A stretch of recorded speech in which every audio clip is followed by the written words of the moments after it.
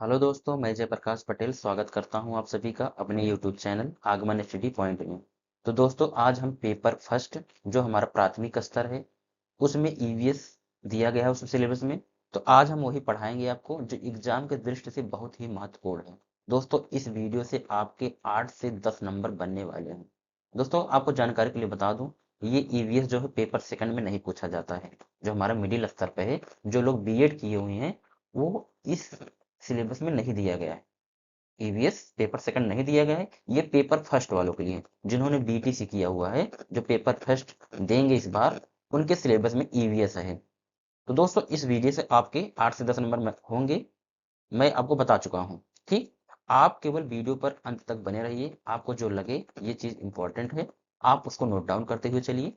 तो हम दोस्तों शुरुआत करते हैं बिना देरी करते हुए। सबसे पहले हम बताएंगे आपको इस वीडियो में कौन से टॉपिक हैं। तो स्टार्ट करते हैं दोस्तों। पहला हमारा टॉपिक क्या है? परिवार और मित्र है एवं जंतु है। और क्या है? पौधे, आश्रय एवं वनस्पतियां। इस टॉपिक से क्वेश्चन बने हैं। और ऊपर परिवार, मित्र एवं जंतु से टॉपिक से क्वेश्चन बने हैं। भोजन, जल, यात्रा एवं मानचित्र से क्वेश्चन बने हैं।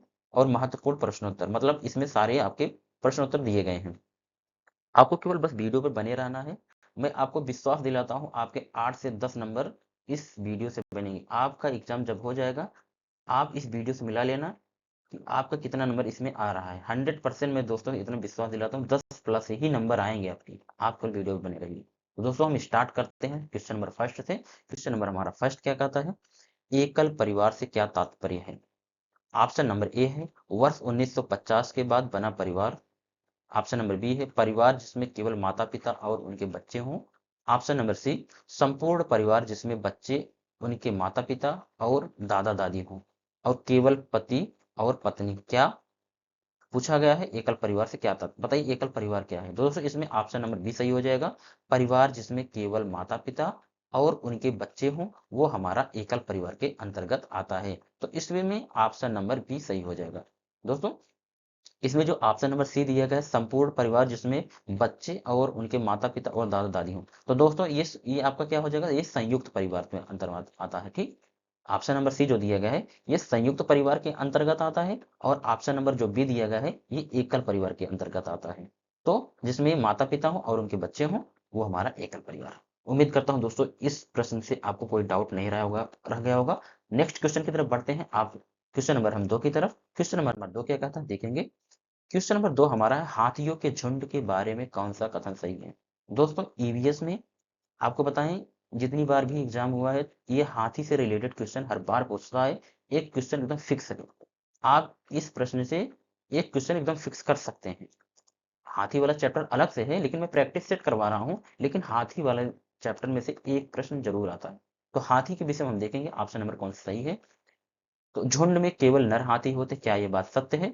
बिल्कुल नहीं, ये बात एकदम गलत बात किया गया है। झुंड में केवल नर हाथी नहीं होते हैं, उसमें मादा भी होती हैं, उनके बच्चे भी होते हैं। ऑप्शन नंबर बी गलत हो जाएगा। एक झुंड में 50 से 60 हाथी होते हैं, बिल्कुल गलत, ये नहीं होते हैं। आगे है नर हाथी झुंड में 20 साल तक रहते हैं, ये भी बात गलत है, ये नहीं है। तो ऑप्शन नंबर 20 में दिए गए झुंड की नेता सबसे बुजुर्ग हाथिनी होती है।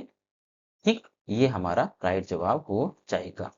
दोस्तों, इसमें जो हाथी शब्द है ये नर होता है, और जो हाथिनी शब्द होता है वो मादा होती है। तो इसमें ऑप्शन नंबर बी हमारा राइट जवाब हो जाएगा। उम्मीद करता हूं आपको अच्छे से समझ में आ गया होगा। आगे की तरफ बढ़ते हैं क्वेश्चन नंबर 3 की तरफ। क्वेश्चन नंबर 3 हमारा है निम्नलिखित में से कौन सा स्तनधारी जीव है? तो क्या छिपकली है? नहीं, ये तो अंडे देती है। आप कहेंगे सर जी ये तो अंडा देती है, ये नहीं है। क्या मगरमच्छ है? ये भी अंडे देती है। क्या कबूतर है? तो ये भी अंडे देती है। दोस्तों, जिसके कान दिखते हैं, ये एकदम सबसे बड़ी ट्रिक आपको बता रहा हूँ, आप एकदम नोट डाउन कर लीजिए। कोई भी जीव हो जिसके कान दिखते हैं, अगर वो मादा है तो वो जो है बच्चा पैदा करती है और अपने बच्चे को दूध पिलाती है। स्तनधारी वही होती है जो बच्चे को पैदा करके वो दूध पिलाती है, वो स्तनधारी जीव कहलाती है। ठीक, उम्मीद करता हूँ आपको अब कंफ्यूजन नहीं रहेगा, आप बता लेंगे। कोई भी जो, जैसे चमगादड़ है, चमगादड़ को आप अगर कभी आप देखे होंगे, उसके कान दिखते हैं। जैसे मानव है उसके कान दिखते हैं, गाय है उसके कान दिखते हैं, बकरी है उसके कान दिखते हैं, कुत्ता है उसके कान दिखते हैं। जितने भी जीव आपके कान दिखते हैं वो सभी क्या हैं? स्तनधारी जीव हैं। वो जो है बच्चा पैदा करके अपने बच्चों को दूध पिलाते हैं, वो स्तनधारी के अंतर्गत आते हैं। उम्मीद करता हूँ दोस्तों अब आज के बाद आपको स्तनधारी से रिलेटेड कभी कंफ्यूजन नहीं रह जाएगा। तो इसमें ऑप्शन नंबर आपका सी राइट जवाब हो जाएगा। ठीक, आगे तरफ बढ़ते हैं दोस्तों, क्वेश्चन नंबर हम 4 की तरफ। क्वेश्चन नंबर हमारा 4 कहता है, रात में जागने वाले जानवर हर वस्तु को किस रंग में देखते हैं?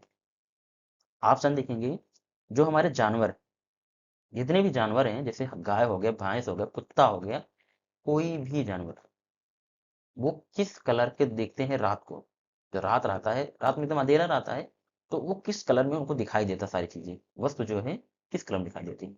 यही क्वेश्चन पूछ रहा है। क्या केवल लाल रंग में उनको दिखाई देता है? नहीं, लाल रंग में तो नहीं दिखाई देता है। हरे और पीले रंग में? बिल्कुल नहीं, ये रंग बिरंगे तुमको दिखाएगा ही नहीं। ऑप्शन नंबर बी गलत हो जाएगा। केवल सफेद और काले? हाँ, ये ऑप्शन एकदम बिल्कुल सही। जितने भी जानवर हैं उनको रात में केवल सफेद और काले रंग के ही दिखते हैं सारी वस्तुएं। तो ऑप्शन नंबर इसमें सी हमारा राइट जवाब हो जाएगा। आगे की तरफ बढ़ते हैं दोस्तों, क्वेश्चन नंबर 5 की तरफ। क्वेश्चन नंबर हमारा 5 है, पक्षी अपनी गर्दन बहुत अधिक क्यों हिलाते हैं? बताइए, जो पक्षियां होती हैं, आप देखे होंगे, अगर वो छत पे बैठी हुई हैं या कहीं भी बैठी हुई हैं, अगर वो दाना चुग रही हैं, तो वो अपनी गर्दन को इधर उधर हिलाती डुलाती जाती हैं। क्यों? इसका रीजन क्या है? ऑप्शन आप देखेंगे, क्योंकि उनके कान पंखों से ढके होते। क्या ये ऑप्शन है? नहीं, बिल्कुल गलत बात है। उड़ने के लिए, उड़ने के लिए गर्दन हिलाते हैं? नहीं, क्योंकि पक्षियों की आंखों की पुतली घूम नहीं सकती। हाँ, ये बात एकदम आपका सत्य है। जितने भी पक्षी होते हैं उनकी पुतली जो होती, आँख की पुतली, उनकी घूमती नहीं है। जैसे मानव की पुतली है, आप ऐसे सीधे, आप अगर आपकी, आपका सर है, आप ऐसे पुतली की इधर-उधर घुमा सकते हैं। लेकिन जो पक्षी होती है वो पुतली को इधर-उधर घुमा नहीं पाती, इसलिए उनको गर्दन को घुमाकर सारी वस्तुओं को देखना पड़ता है कि कौन आ रहा है, कौन नहीं आ रहा है, कौन क्या चीज़ कहाँ पे है। तो गर्दन घुमा के जल्दी-जल्दी देखती रहती हैं, उनको डर रहता है कोई हमको मार ना दे। वो बेचारी अपना इधर-उधर घूमती रहती। उम्मीद करता हूँ दोस्तों अब आपको कंफ्यूजन नहीं रह गया होगा। दोस्तों अगर आपको लग रहा हो कि हम आपको अच्छे से समझा ले रहे हैं, तो आप वीडियो को शेयर करिए और आपके जितने भाई बहन हैं, जितने आपके परिचय में जो भाई बहन हैं, उनको आप ये वीडियो शेयर करिए, उनको बताइए। इस वीडियो के माध्यम से आपको एकदम क्लियर हो जाएगा। ठीक, आगे तरफ बढ़ते हैं दोस्तों, क्वेश्चन नंबर हम 6 की तरफ। 6 हमारा क्या कहता है देखेंगे। 6 हमारा है, खेजड़ी वृक्ष मुख्य रूप से कहाँ पाया जाता है? ये खेजड़ी से रिलेटेड क्वेश्चन बहुत बार पूछा जाता है। हर बार, जितनी बार एग्जाम हुआ है, हर बार पूछा जाता है। तो आप इस क्वेश्चन को स्किप कर ही नहीं सकते हैं। ऑप्शन नंबर हमारा फर्स्ट क्या है? पर्वतीय क्षेत्रों में। ऑप्शन नंबर बी है दलदली क्षेत्रों में। ऑप्शन नंबर सी है रेगिस्तानी क्षेत्रों में। ऑप्शन नंबर डी है अधिक वर्षा वाले क्षेत्रों में। क्वेश्चन नंबर 6 का हमारा राइट जवाब क्या हो जाएगा? तो खेजड़ी वृक्ष कहाँ पाया जाता है? रेगिस्तान, रेगिस्तानी क्षेत्रों में पाया जाता है खेजड़ी का वृक्ष। ये कहाँ, हमारे भारत देश में कहाँ? रेगिस्तानी क्षेत्र में, अर्थात राजस्थान राज्य में ये रेगिस्तान में पाया जाता है खेजड़ी वृक्ष। ठीक, आगे तरफ बढ़ते हैं दोस्तों, क्वेश्चन नंबर 7 की तरफ। क्वेश्चन नंबर 7 हमारा क्या कहता है? मधुमक्खी पालन शुरू करने का सबसे अच्छा समय कौन? ये भी क्वेश्चन बहुत बार रिपीट करता है दोस्तों, आप इसको स्किप नहीं करेंगे। तो क्वेश्चन नंबर 7 का हमारा राइट जवाब क्या हो जाएगा बताइए? क्या जनवरी से मार्च तक? नहीं। क्या अप्रैल से जून तक? बिल्कुल नहीं। क्या जुलाई से सितंबर तक? बिल्कुल नहीं। क्या अक्टूबर से दिसंबर तक? हाँ जी, बिल्कुल। अक्टूबर से दिसंबर तक मधुमक्खी पालन शुरू करने का सबसे अच्छा समय है। तो अक्टूबर से दिसंबर हमारा राइट जवाब हो जाएगा। दोस्तों सीटेट में आपको नंबर बढ़ाने के लिए, अच्छा नंबर लाने की एक मैं ट्रिक बताता हूँ। आप सबसे पहले क्वेश्चन को सॉल्व करते समय आपको जो निगेटिव क्वेश्चन है, मतलब जो लगे कि ये क्वेश्चन हो ही नहीं सकता, सबसे पहले इसको आप टर्मिनेट करना सीखिए। जैसे मैंने आपको टर्मिनेट करना सिखा दिया, देखिए जैसे ऑप्शन नंबर एक, क्या ए हो सकता है? नहीं, मैंने इसको काट दिया। बी हो सकता है? नहीं। अगर जैसे अब मान लीजिए दो, ए सी और डी बचा हुआ है, तो आप देखिए सी और डी में कौन सा सबसे स्ट्रांग बन रहा है, कौन एकदम सटीक आंसर बन रहा है। ठीक, तो देखेंगे, तो इसमें जो है, जैसे हमारा ऑप्शन नंबर डी है, ऑप्शन नंबर हम डी सही लगा दिए। उम्मीद करता हूँ दोस्तों आप क्वेश्चन आपको समझ में आ गया होगा। आगे की तरफ बढ़ते हैं दोस्तों, क्वेश्चन नंबर 8 की तरफ। क्वेश्चन नंबर 8 हमारा है, रेशम का कीड़ा अपनी मादा को किस प्रकार पहचानता है? बताइए, ये रेशम का कीड़ा बहुत बार पूछा जाता है, हर बार पूछा जाता है। आप इसको भी स्किप मत करिए। आपको लग रहा हो कि सर आप बार-बार ही बता रहे हैं कि बहुत इंपॉर्टेंट है हर बार। जी बिल्कुल, ये सारे क्वेश्चन आप देख लीजिए, प्रीवियस ईयर आप देखेंगे तो ये सब के क्वेश्चन भर-भर के दिए हैं, हर बार दिए गए हैं, हर एक प्रैक्टिस सेट में दिए गए हैं। हर जितनी बार एग्जाम ऑनलाइन हो चाहे ऑफलाइन हो, हर बार दिए जाते हैं ये सारे क्वेश्चन। क्योंकि ये ईवीएस के फेवरेट क्वेश्चन है, ये सिलेबस में है, सिलेबस के बाहर तो दिया नहीं जाएगा। तो ये सब इंपॉर्टेंट क्वेश्चन हैं।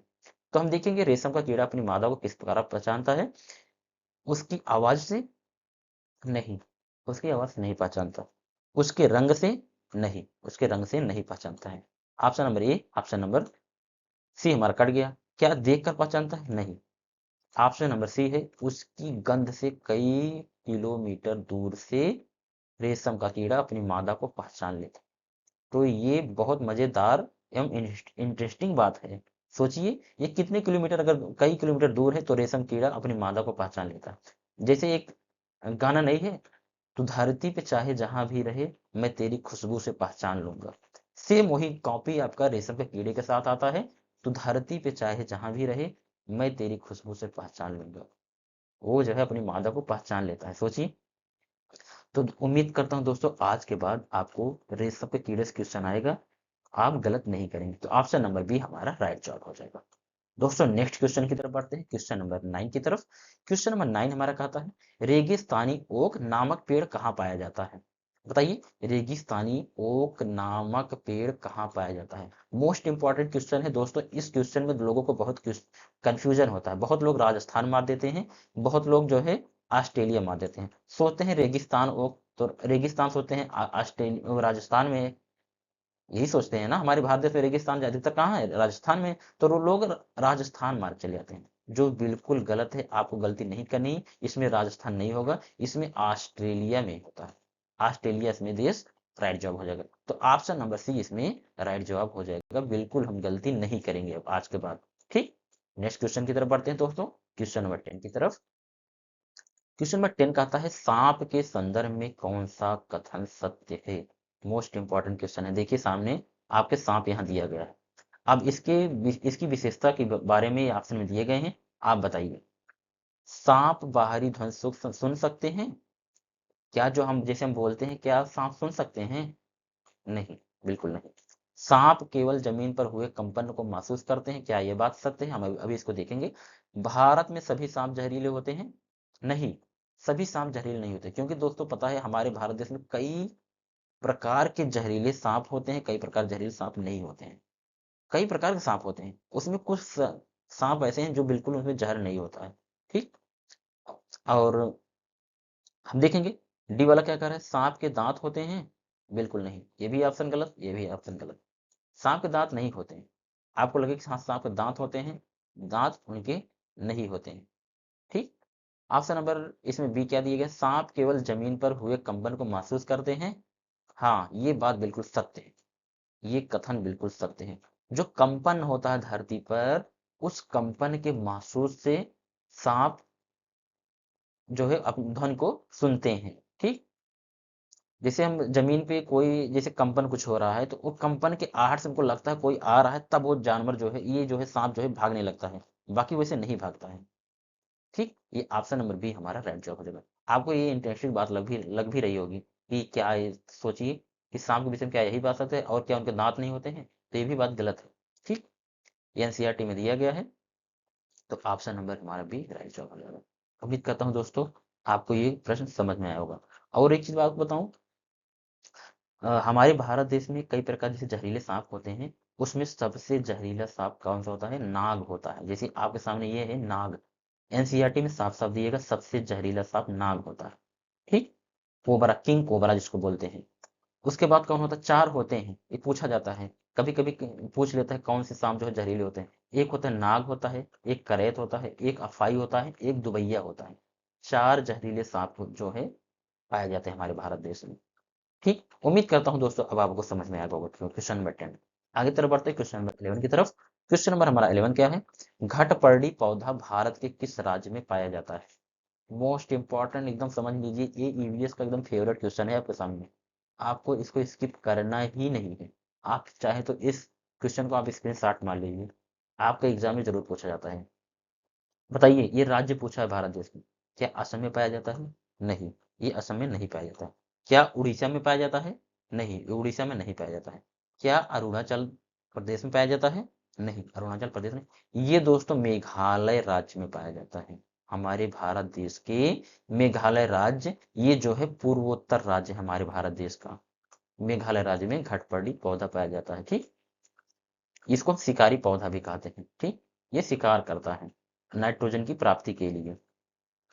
आगे की तरफ बढ़ते हैं दोस्तों, क्वेश्चन नंबर 12 की तरफ। क्वेश्चन नंबर 12 हमारा कहता है, परोपकारिता जंतुओं के किस व्यवहार को कहते हैं? परोपकारिता जंतुओं के किस व्यवहार को दर्शाता है? ऑप्शन नंबर ए दिया गया है, शिकार करना, दूसरों की मदद करना, सी हमारा अकेले रहना, बच्चों को छोड़ देना।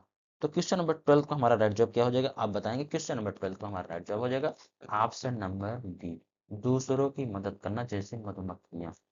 ठीक, परोपकारिता यही मतलब होता है कि आप दूसरों की मदद करें, तो वो परोपकारिता के ही अंतर्गत आता है। क्या आप बताइए, आप किसी का शिकार करेंगे तो क्या वो परोपकारिता के अंतर्गत आएगा? किसी को मारेंगे, किसी की हत्या करेंगे, क्या वो परोपकार अंदर आएगा? बिल्कुल गलत है। पहले हम टर्मिनेट करना सीखेंगे, ये नहीं होगा। अकेले रहना, अच्छा ये बताइए, क्या आप अकेले रहेंगे तो क्या आप परोपकार कर रहे हैं? बिल्कुल नहीं। तो ऑप्शन नंबर सी हमारा गलत हो जाएगा, ये भी हमारा गलत हो जाएगा। बच्चों को छोड़ देना, ये बताइए, आपके बच्चे हैं, आप छोड़ कहीं चले जाइए, या तो चले जाइए उसको जो है जंगल में छोड़ दीजिए, क्या आप परोपकारिता के विषय में अंतर्गत आता है? नहीं। आप कहेंगे सर जी तो ये सब बातों तो बिल्कुल बकवास की बात लग रही है, बिल्कुल गलत है। तो हमारा डी भी गलत हो जाएगा। तो ऑप्शन नंबर इसमें बी हमारा बचा हुआ है, ऑप्शन नंबर बी हमारा राइट जवाब हो जाएगा। दोस्तों उम्मीद करता हूं अब आपको ये क्वेश्चन समझ में आ गया होगा। दोस्तों अभी तक आप हमारे चैनल को सब्सक्राइब न किए हो, आप हमारे चैनल को सब्सक्राइब करिए और लाइक भी कर दीजिए, ताकि मैं और वीडियो लाऊं आपके सामने, सबसे पहले नोटिफिकेशन आपके पास आए। क्योंकि दोस्तों मैं आपको सारे क्वेश्चन का मैं व्याख्या करते हुए चल रहा हूँ, ताकि आपके अंदर कोई कंफ्यूजन ना रह जाए। मैं इसे केवल पढ़ा नहीं रहा हूँ, मैं आपको समझा भी रहा हूँ साथ साथ में। तो आपको लगे कि मैं आपको अच्छा कंटेंट दे पा रहा हूँ, तो आप अपने भाई बहन को शेयर कर सकते हैं, अपने मित्रों को शेयर कर सकते हैं।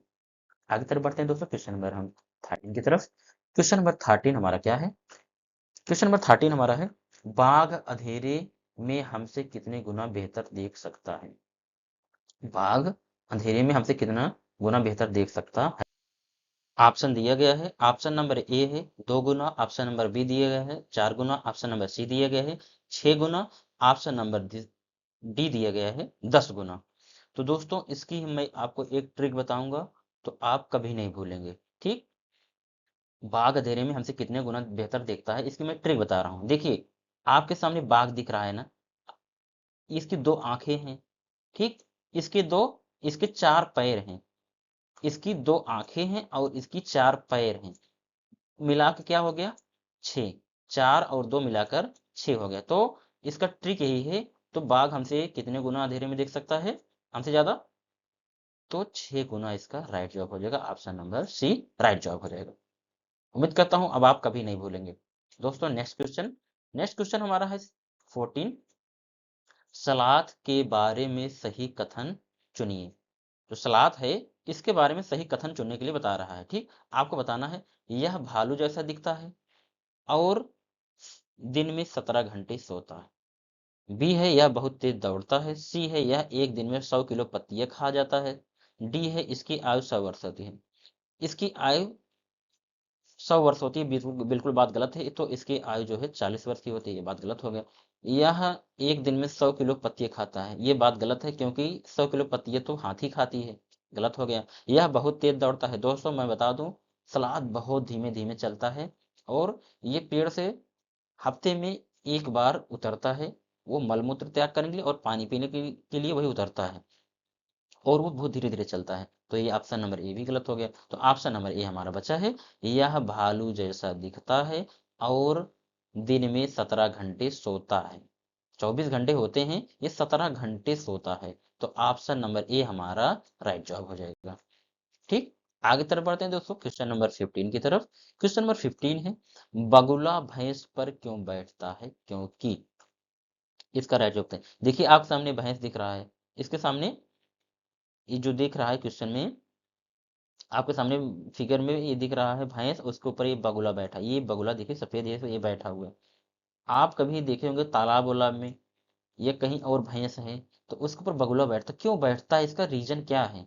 ऑप्शन देखेंगे, बगुला मनोरंजन के लिए बैठता है। क्या ये बगुला उसको अच्छा लगता है, मनोरंजन के लिए बैठता है? बिल्कुल बात गलत है, ऑप्शन नंबर ए गलत हो जाएगा। ऑप्शन नंबर सी इसमें दिया गया है, बगुला और भैंस में सहजीवी संबंध है, क्या यह बात सत्य है? क्या ऑप्शन नंबर डी में दिया गया है, बगुला भैंस को डराता है, क्या ये बात सही है? और ऑप्शन नंबर बी, बगुले भैंस बगुले को एक स्थान से दूसरे स्थान जाने में मदद करता है, क्या ऑप्शन ये सही है? बिल्कुल बात गलत है। बगुला भैंस को डराना चाहता है, क्या ये बगुला जो है भैंस को डरा देगा? बिल्कुल बात गलत है। तो देखिए 3 ऑप्शन कट गए, ऑप्शन नंबर सी बचा हुआ है, बगुला भैंस और सहजीवी संबंध है। ऑप्शन नंबर सी इसमें हमारा राइट जवाब हो जाएगा। दोस्तों उम्मीद करता हूं अब आपको प्रश्न समझ में आ गया होगा। इससे और अच्छा समझाऊं, देखिए जो बगुला बैठा रहता है, इसका मतलब क्या है? जो ऑप्शन नंबर सी दिए गया है, बगुला और भैंस में सहजीवी संबंध, मतलब बगुला तभी बैठता है जब उसको कुछ मिलता है। बगुला जो है बैठता है भैंस के ऊपर। देखिए भैंस जो होती है उसके शरीर में जूं होते हैं, ठीक, वो जूं को पकड़ने के लिए, खाने के लिए, उसका अपने भोजन के करने के लिए बगुला जो है उसके पेट पर बैठता है। तो उसके जो है क्या है, सहजीवी संबंध है। भाई बगुले को फायदा हो रहा है ना, उसको जो है उससे मिल रहे हैं, ठीक, उसको खाने के लिए मिल रहा है। उसमें जो होते हैं जुआ होते हैं, उसको बगुला खाता है, तो वही इसका हमारा बात हो गया, बगुला और भैंस में सहजीवी संबंध है। ऑप्शन नंबर सी इसका राइट जवाब हो जाएगा। उम्मीद करता हूँ दोस्तों आपको समझ में आएगा होगा एकदम से, अब आप नहीं भूलेंगे। दोस्तों क्वेश्चन नंबर 16 की तरफ बढ़ते हैं। 16 है, परिवार की क्या भूमिका होती है? ठीक, ऑप्शन नंबर ए दिया गया है, केवल आर्थिक सुरक्षा के लिए। देखिए सीटेट में जो होता है प्रश्न में, अगर जिसमें केवल शब्द आता है वो एकदम निगेटिव होता है, तो ऑप्शन कभी गलत, मतलब कभी सही ही नहीं सकता, वो ऑप्शन हरदम सदैव के लिए गलत होंगे।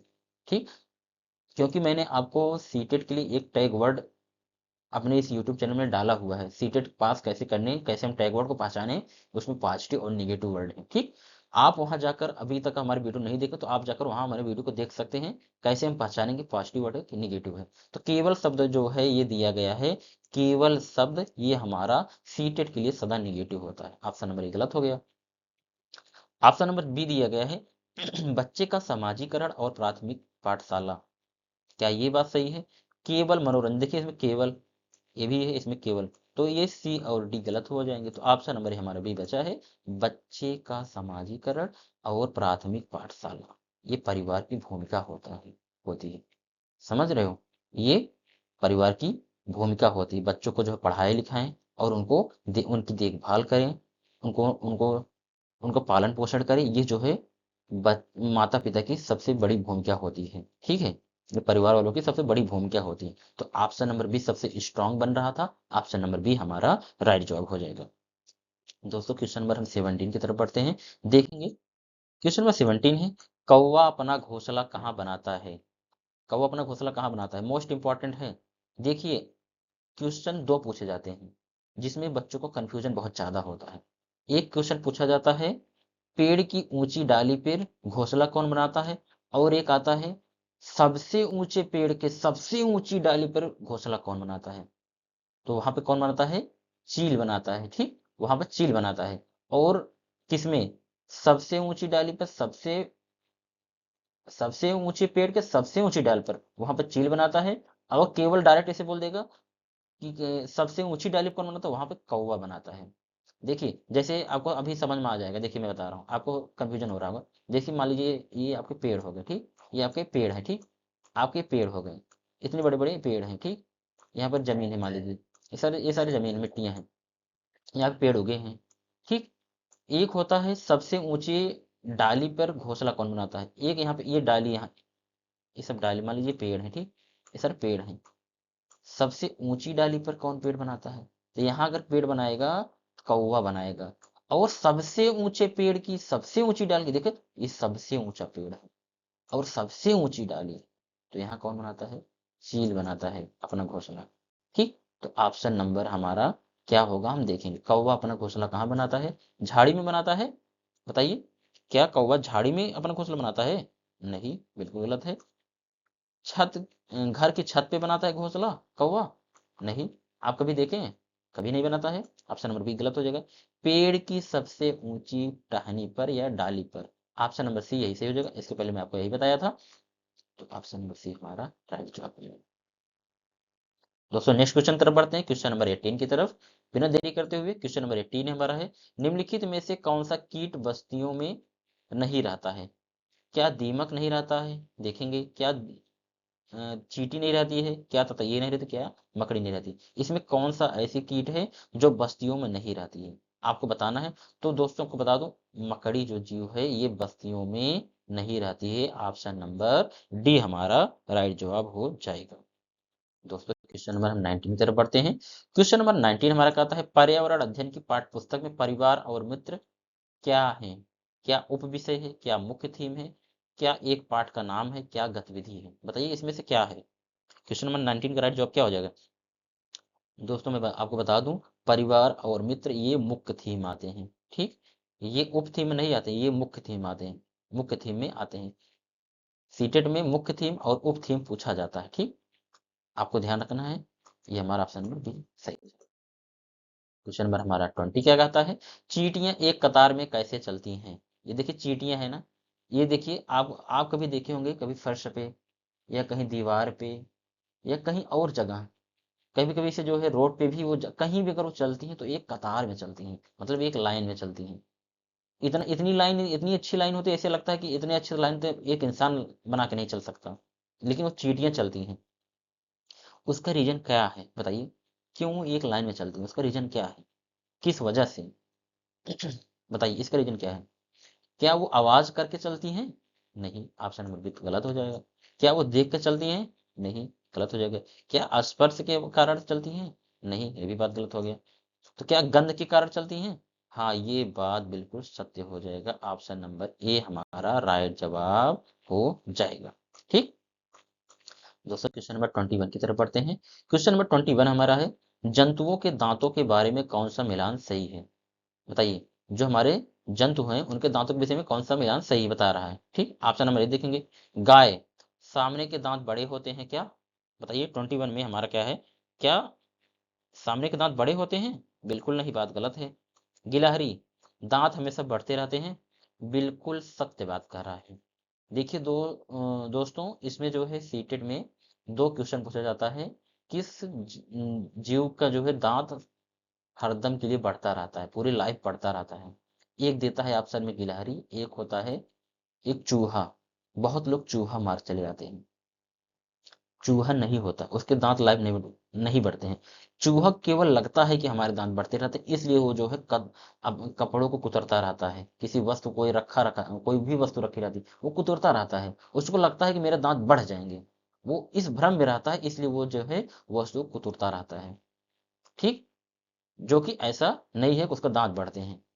तो हमारा चूहा हमको कभी नहीं मानना है, जो कि ये हमारा ऑप्शन नंबर बी दिया गया है, गिलहरी हमेशा दांत बढ़ते हैं, तो ये बात सत्य है, गिलहरी के हमेशा दांत बढ़ते हैं। देखेंगे आप, गिलहरी भी हरदम कुतरती रहती है। अगर गिलहरी जो है कुतरे कुतरे ना वस्तुओं को काटती ना रहे तो उसके दांत बड़े बड़े हो जाएंगे, ठीक। इसलिए गिलहरी जो है कुतरती रहती है, इसलिए उसके दांत छोटे रहते हैं। ऑप्शन नंबर बी राइट जवाब होगा। अब उम्मीद करता हूँ आपको चूहे में और गिलहरी में कंफ्यूजन नहीं रह जाएगा। दोस्तों क्वेश्चन नंबर, दोस्तों आपको ये आपको लग रहा हो कि इतना समय ज़्यादा लग रहा है, आप इतना पढ़ा रहे हैं सर, तो दोस्तों मैं आपको व्याख्या करते हुए पढ़ा रहा हूँ। आप केवल एक बार वीडियो देख लेंगे तो आप आपके माइंड सेट में एकदम अच्छे से सेट हो जाएगा, ठीक। आपको समझ में आएगा चीज़ें, आपको जल्दी जल्दी बार बार नहीं पढ़ना पड़ेगा, इसलिए मैं एकदम अच्छे से विस्तार से पढ़ा रहा हूँ। इसलिए थोड़ा वीडियो लंबा हो जाएगा, इससे आपको भ्रमित नहीं होना है। ऑप्शन नंबर 22 हमारा क्या कहता है, जिम कार्बेट नेशनल पार्क कहाँ है? तो ये कहाँ पर है जिम कार्बेट, बताइए। ये उत्तराखंड में, ऑप्शन नंबर बी राइट जवाब हो जाएगा। जो समझाने लायक रहेगा उसको मैं अच्छे से समझा के चलूंगा, आप लोग बिल्कुल निश्चिंत रहिए। क्वेश्चन नंबर 23 हमारा क्या है, हाथियों के बारे में कौन सा तथ्य गलत है? अभी इसके पहले हाथी पूछा गया था ना, अब इसमें भी देखेंगे, हाथी बहुत कम सोते हैं, 2 से 4 घंटे, क्या ये बात सत्य है? बताइए, क्या ये बात सत्य है? नहीं, ये बात सत्य नहीं है, 2 से 4 घंटा नहीं सोते हैं। आगे देखते हैं, उन्हें कीचड़ और पानी में खेलना पसंद है, क्या ये बात सत्य है? बताइए 23 में, क्या ये बात सत्य है? बताइए।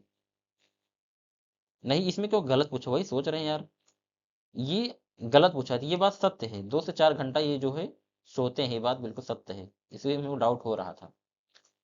और उन्हें कीचड़ और पानी में खेलना पसंद है, हाँ बिल्कुल। आप हाथी को देखें, उनको कीचड़ में खेलना बहुत पसंद होता है, वो कीचड़ पा जाएंगे बहुत ज्यादा उसमें खेलते रहते हैं, बैठे रहेंगे, जल्दी उठने को उनका मन ही नहीं करेगा। ठीक ठीक। आगे हमारा, झुंड में केवल हाथनियां और बच्चे होते हैं, बताइए क्या ये बात सत्य है? नहीं, केवल वो नहीं, भाई एक नर भी हाथी हो सकती है। तो ऑप्शन नंबर डी हमारा गलत हो। ऑप्शन नंबर सी दिए गए है, एक बड़ा हाथी एक दिन में 200 किलो पत्तियां खाता है, बताइए। ये ऑप्शन नंबर जो डी दिए गए, झुंड में केवल हाथिनियां और बच्चे होते हैं, हाँ ये बात बिल्कुल सत्य है दोस्तों, नर उसमें नहीं होता, ठीक, ये बात बिल्कुल सत्य है, अभी इसमें मैं मुंह से निकल गया था। तो ऑप्शन नंबर इसमें डी सही हो जाएगा, ये बात सत्य है। लेकिन ये बात गलत लिखा गया है, एक बड़ा हाथी एक दिन में 200 किलो पत्तियां खाता है, ये बात बिल्कुल गलत है, क्योंकि आपको मैं इससे पहले बता दूंगा हूँ कि हाथी जो है एक दिन में 100 किलो पत्तियां खाता है, तो इसमें 200 लिखा गया है, इसमें ये 200 किलो, ये तो बात बिल्कुल गलत है, गलत लिखा गया, इसमें गलत पूछा है। तो ऑप्शन नंबर सी इसमें हमारा राइट जवाब हो जाएगा। दोस्तों क्वेश्चन नंबर 24 की तरफ बढ़ते हैं। कालबेलिया का क्या अर्थ है? एक जनजाति और नृत्य है, बताइए, क्या एक जनजाति है और नृत्य है? हाँ बिल्कुल बात सत्य कह रहा है, ऑप्शन नंबर यही हमारा राइट जवाब हो जाएगा। ठीक, हम और ऑप्शन देख लेते हैं। एक प्रकार का सांप है, नहीं सांप नहीं है। एक वाद्य यंत्र है, नहीं। एक जंगल का नाम है, नहीं। तो ऑप्शन नंबर ए हमारा राइट जवाब हो जाएगा। ठीक, ये एक नृत्य है, देखिए कालबेलिया एक नृत्य होता है, ये राजस्थान में लोग नृत्य करते हैं, ठीक, ये राजस्थानी कालबेलिया नृत्य है, देखिए ये आपको सामने ये औरत डांस करते हुए दिख रही है, ये कालबेलिया नृत्य है, इसको बोलते हैं। ठीक है, आगे तक देखते हैं दोस्तों, क्वेश्चन नंबर 25 तरफ। 25 हमारा है, कार्य और खेल किस मुख्य थीम का उप विषय है? क्या भोजन का है, क्या आवास का है, क्या परिवार और मित्र का है, क्या हम चीज कैसे बनाते हैं क्या इसका है? नहीं। तो इसमें ऑप्शन नंबर सी हमारा स्ट्रांग हो जाएगा। तो ऑप्शन नंबर सी हमारा राइट जवाब हो जाएगा, परिवार और मित्र का, ये हमारा मुख्य थीम का उप विषय है, परिवार और मित्र। ठीक, परिवार और मित्र हमारा राइट जवाब हो जाएगा। नेक्स्ट क्वेश्चन, रेगिस्तानी ओक के बारे में कौन सा कथन सही है? ऑप्शन ए दिया गया है, एक, यह पेड़ राजस्थान के रेगिस्तान में पाया जाता है। बी दिया गया है, इसकी जड़ें जमीन में बहुत गहरी पाई जाती हैं जब तक कि पानी न पहुंच जाए। ऑप्शन नंबर सी दिया गया है, इसके तने में पानी जमा होता है जिसे लोग पाइप डालकर पीते हैं। ऑप्शन नंबर डी में दिया गया है बी और सी दोनों। तो इसमें बी और सी दोनों दिया गया है, तो बताइए इसमें कौन सा राइट जवाब हो जाएगा, आप बताएंगे। क्वेश्चन नंबर 26 में हमारा राइट जवाब क्या हो जाएगा, आप बताइए इसको। ऑप्शन नंबर डी इसमें राइट जवाब हो जाएगा, बी और सी दोनों सही है। ठीक, इसमें बी भी सही बात कह रहा है और सी भी सही कह रहा है, तो ऑप्शन नंबर डी हमारा बी और सी राइट जवाब हो जाएगा। दोस्तों क्वेश्चन नंबर 27 बढ़ते हैं। घटपर्डी पौधा फिर आ गया आपके सामने। घटपर्डी पौधा कीड़ों को क्यों फंसाता है? मोस्ट इंपॉर्टेंट है क्वेश्चन। पानी की कमी पूरा करने के लिए? नहीं। नाइट्रोजन की कमी को पूरा करने के लिए? बिल्कुल बात सत्य कह रहा है। सूर्य के प्रकाश की कमी के कारण? नहीं। मनोरंजन के लिए? नहीं।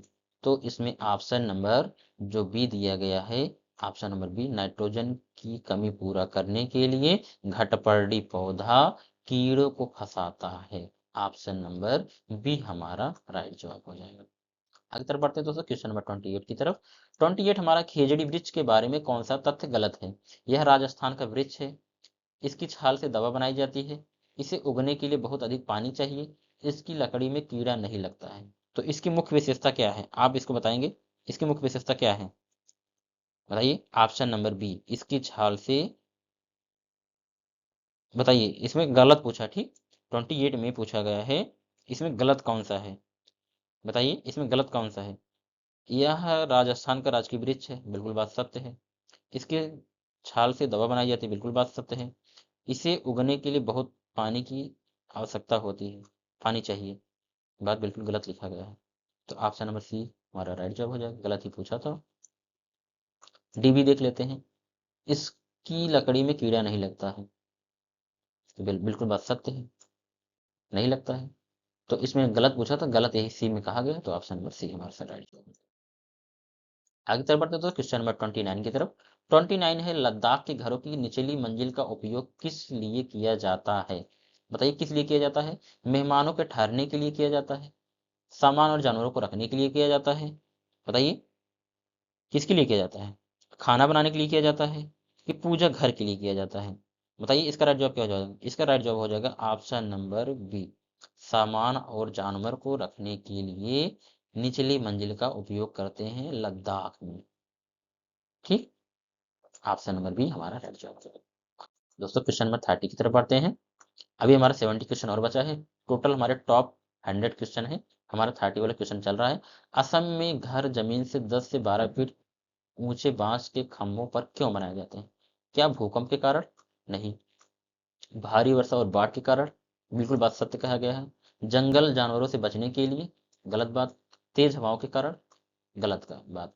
तो ऑप्शन नंबर बी, भारी वर्षा और बाढ़ के कारण असम में घर जमीन से 12 फीट ऊंचे बांस के खंभों पर बनाए जाते हैं। ऑप्शन नंबर बी राइट जवाब हो जाएगा। आगे तरफ बढ़ते हैं दोस्तों क्वेश्चन नंबर 31। क्वेश्चन नंबर 31 का आता है निम्नलिखित में से कौन सा पौधा क्रोटन कहलाता है? ये हमारा क्रोटन का पौधा है। ये आपको जो दिख रहा है ये क्रोटन का पौधा है। इसको निम्नलिखित में से कौन सा पौधा क्रोटन कहलाता है? बताइए इसकी विशेषता क्या है? जो कीड़ों को खाता है? नहीं भाई, कीड़ों को खाता है क्रोटन? नहीं, घटपर्डी पौधा खाता है। ऑप्शन नंबर ए गलत हो जाएगा। जो मिट्टी की शुष्कता का संकेत है, हाँ ये बात बिल्कुल सत्य है। ऑप्शन नंबर सी है जो रेगिस्तान में बिना पानी के उगता है। बिल्कुल ये तो बात गलत कहा गया, तो खेजड़ी का पौधा उगता है। जिसकी जड़ें हवा में होती है। अब बताइए किसकी जड़ हवा में होती है? बताइए, अब बताइए। ये बात बिल्कुल गलत है। एक जो हमारा बरगद होता है, इसकी जड़ें जो है हवा में से लटकती रहती हैं, शाखाओं से लटकती रहती हैं। ऐसे नहीं कि पूरा पूरा उसकी जड़ें ही हवा में लटकती रहती है, शाखाओं से लटकती रहती हैं। तो ऑप्शन नंबर इसमें सी भी गलत हो जाएगा, डी भी गलत हो जाएगा, ए भी गलत हो जाएगा। तो ऑप्शन नंबर बी इसमें जो दिया गया है, जो मिट्टी की शुष्कता का संकेत देता है। कभी कभी देखा जाता है जो हमारे किसान भाई हैं वो अपने खेतों में एक क्रोटन का पौधा लगाते हैं। इससे पता चलता है कि हमारे फसलों को पानी कितना देने की जरूरत है, कितना नहीं। अब अगर अगर जो है इसकी पत्तियां सूखने लगती हैं तो किसान को लग जाता है कि हमारी फसल जो है पानी मांग रही है, तो वो खेत को सींचते हैं। अगर ये मुरझाई रहती है तब वो समझ जाते हैं। अगर ये हरा भरा रहता है तो किसान समझता है अभी हमारे खेतों को पानी देने की आवश्यकता नहीं है। आपको इसको अच्छे से मैं बताऊं, देखिए जैसे मान लीजिए हमारा खेत है, ये हमारा खेत हो गया, ये हमारा खेत। मान लीजिए इसमें किसान जो है अपना फसल उगाया हुआ है, ठीक, इसमें अपना फसल उगाया हुआ है। मान लीजिए इसमें क्या आपका है, इसमें मान लीजिए आपका गेहूं है, ठीक। मान लीजिए गेहूं की फसल है, सारा गेहूं की फसल है, इसमें एक क्रोटन का पौधा ही कहीं लगा दिया गया है। इस गेहूं की फसल में एक क्रोटन का पौधा लगा दिया गया है। तो किसान कैसे समझे कि हमारे हमारे खेत को पानी देने की आवश्यकता है? अगर ये क्रोटन के पौधे में से पत्तियां सूखी हो जाएंगी तो किसान को लगेगा कि हमारा खेत जो है पानी मांग रहा है, फसल जो है पानी मांग रही है। अगर हरी भरी रहेंगी तो किसान समझ जाएगा अभी हमारे ये क्रोटन का पौधा जो है पत्तियां जो है हरी भरी हैं, तो अभी हमारे खेतों को जो है पानी की आवश्यकता नहीं है। अब उम्मीद करता हूं दोस्तों अब आपको कंफ्यूजन बिल्कुल भी नहीं होगा। दोस्तों पढ़ाई ऐसा करो ताकि आपको समझ में आए, ठीक, ऐसे नहीं कि ऊपर ऊपर पढ़ते चले जाओ। अब उम्मीद करता हूँ आपको अच्छे से समझ में आ गया होगा, आपको मजा भी आ रहा होगा। भले ही देरी लग रही लेकिन आपको मजा भी बहुत आ रहा होगा। आगे चलते दोस्तों क्वेश्चन नंबर 32 की तरफ। 32 है, इग्लू किस प्रकार का आश्रय है? पत्थर और लकड़ी का है, पत्थर और लकड़ी का घर क्या है, बर्फ का घर, एस्किमो जनजाति का क्या घर है, पानी पर तैरता हुआ घर है, बांस का घर है? 32 का हमारा राइट जवाब क्या हो जाएगा बताइए? इसका राइट जवाब क्या हो जाएगा आप बताइए? जो दिया गया है इसका राइट जवाब क्या हो जाएगा? पत्थर और लकड़ी का घर, क्या यह बात सत्य है? ऑप्शन नंबर बी, बर्फ का घर एस्किमो जनजाति का। तो हमारा ऑप्शन नंबर बी राइट जवाब हो जाएगा, ठीक। ये हमारा ऑप्शन नंबर बी राइट जवाब हो जाएगा। दोस्तों क्वेश्चन नंबर हम 33 की तरफ बढ़ते हैं। क्वेश्चन नंबर 33 हमारा है, मनाली में घर किस सामग्री से बने होते हैं? तो किस सामग्री से बने होते हैं? केवल बांस से? बताइए, गलत बात। केवल शब्द तो निगेटिव है, मैं आपको बता दिया इसके पहले। जहां केवल शब्द आए वो हमारा ऑप्शन गलत होगा। ऑप्शन नंबर बी दिया गया है पत्थर और लकड़ी से। क्या ये बात सत्य है आप बताइए? क्या ये बात सत्य है? हाँ ये बात सत्य है, ढलवा छत। तो मनाली में पत्थर और लकड़ी से ढलवा छत वाले मकान बनाए जाते हैं, छत बनाए जाते हैं, इसका छत बनाए जाते हैं। तो ऑप्शन नंबर बी हमारा राइट जवाब है। ऑप्शन नंबर सी भी देख लेते हैं, मिट्टी और झाड़ियाँ, बिल्कुल बात गलत है। डी कंक्रीट और लोहे, गलत है। ऑप्शन नंबर 34 है, रेगिस्तानी क्षेत्रों जैसे राजस्थान में घरों की छतें कैसी होती हैं। 34 का राइट जवाब क्या हो जाएगा बताइए, इसका राइट जवाब क्या हो जाएगा। तो इसका राइट जवाब क्या हो जाएगा, ऑप्शन नंबर बी, कटीली झाड़ियों से बनी हमारी छतें होती हैं रेगिस्तानी क्षेत्रों में। ठीक, ऑप्शन नंबर बी राइट जवाब हो जाएगा। बांस से नहीं, कांच से नहीं, बर्फ से नहीं। Option number C B right जवाब हो जाएगा। Question number 35 most important question देखेंगे दोस्तों, बरगद के पेड़ की लटकती हुई शाखाएं असल में क्या हैं। मोस्ट इंपॉर्टेंट, क्या ये फल आपको दिख रही हैं सामने, बताइए क्या फल हैं। नहीं, गलत बात है। क्या ये टहनियां हैं। नहीं, टहनी तो यहाँ लगी है दोस्तों, ये हरा हरा जो दिख रहा है। क्या ये फूल है, क्या आपको फूल दिख रहा है जो लटक रही है। नहीं, ये भी बात गलत है। तो जड़े व स्तंभ, तो ऑप्शन नंबर बी हमारा राइट जवाब। ये जो आपको लटकते हुए दिख रही हैं, ये आपको बरगद पेड़ दिख रहा है आपके सामने, जो ये लटकते हुए दिख रहे हैं, देखिए ये लटकता हुआ जो दिख रहा है, तो ये क्या है, ये क्या है, जड़ है। अब आपको कंफ्यूजन नहीं रहेगा दोस्तों। क्वेश्चन नंबर हम 36 तरफ बढ़ते हैं। 36 है, फूलों की घाटी किस राज्य में स्थित है। बताइए, उत्तर प्रदेश में, उत्तराखंड में, सिक्किम में, हिमाचल प्रदेश, तो ये हमारा राइट जवाब हो जाएगा उत्तराखंड। फूलों की घाटी उत्तराखंड को कहते हैं। ऑप्शन नंबर बी राइट जवाब हो जाएगा। दोस्तों क्वेश्चन नंबर 37 तरफ बढ़ते हैं। सिनकोना पेड़ की छाल का उपयोग बीमारी के इलाज में होता है, कौन सी बीमारी में होता है। क्या हैजा वाली बीमारी में होता है, बताइए क्या हैजा वाली बीमारी में होता है, क्या डेंगू वाली बीमारी में होता है, क्या पीली वाली बीमारी में होता है, क्या मलेरिया वाले में होता है। हाँ बिल्कुल सत्य बात है, मलेरिया वाले में होता है। सिनकोना पेड़ की छाल का उपयोग बीमारी किस में होता है, मलेरिया बीमारी में होता है। तो ऑप्शन नंबर बी हमारा राइट जवाब हो जाएगा।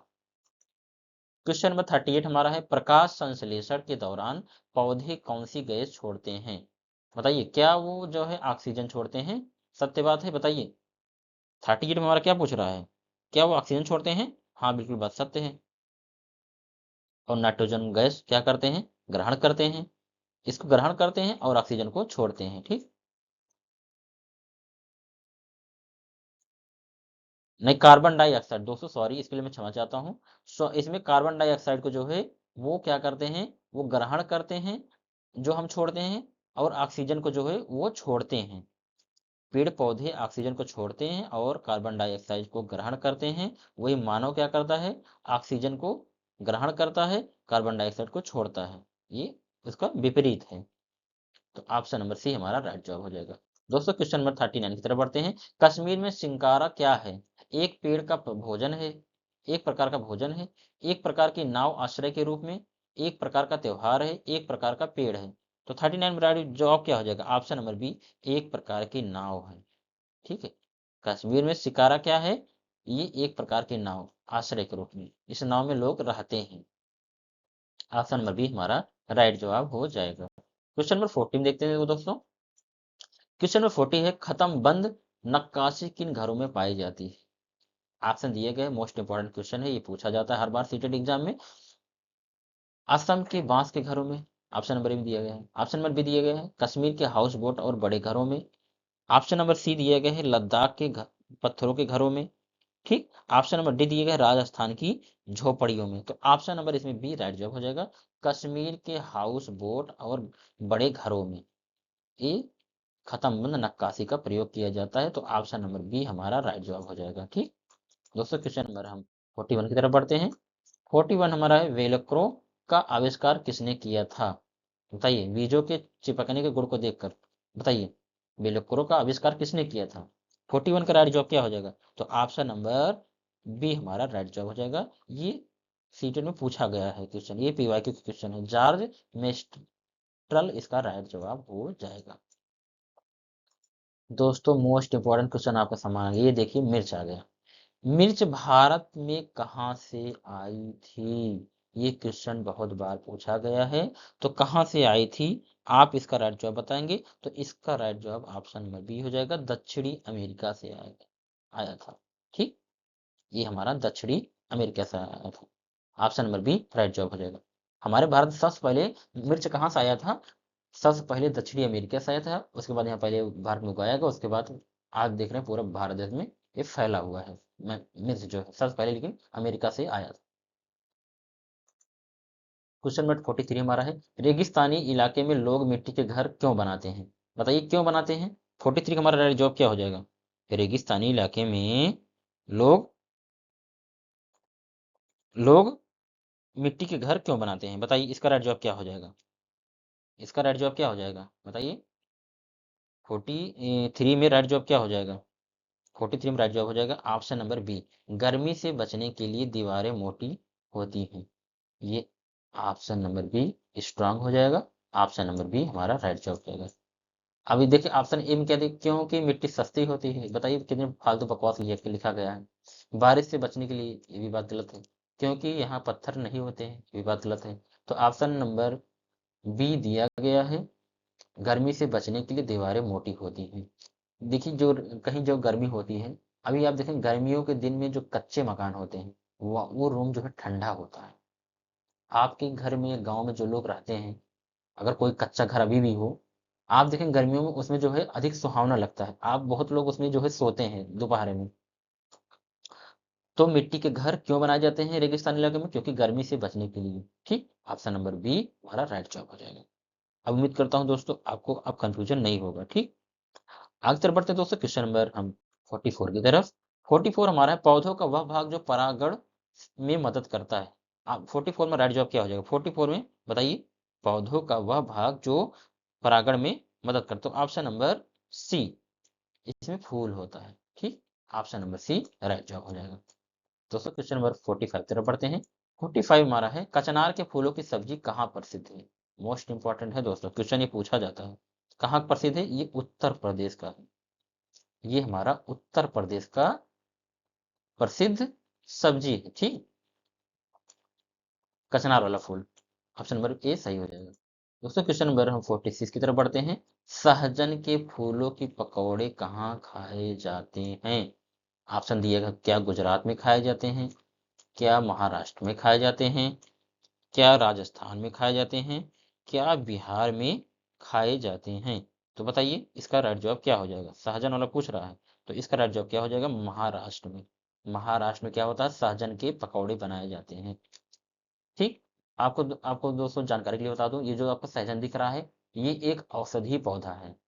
ये एक औषधि पौधा, इसके फूलों में भी औषधि होती है एक प्रकार से, इसके जड़ों में भी होती है, इसके फलों में भी भरपूर मात्रा में आयरन पाए जाते हैं। बहुत सारे तत्व पाए जाते हैं सहजन में।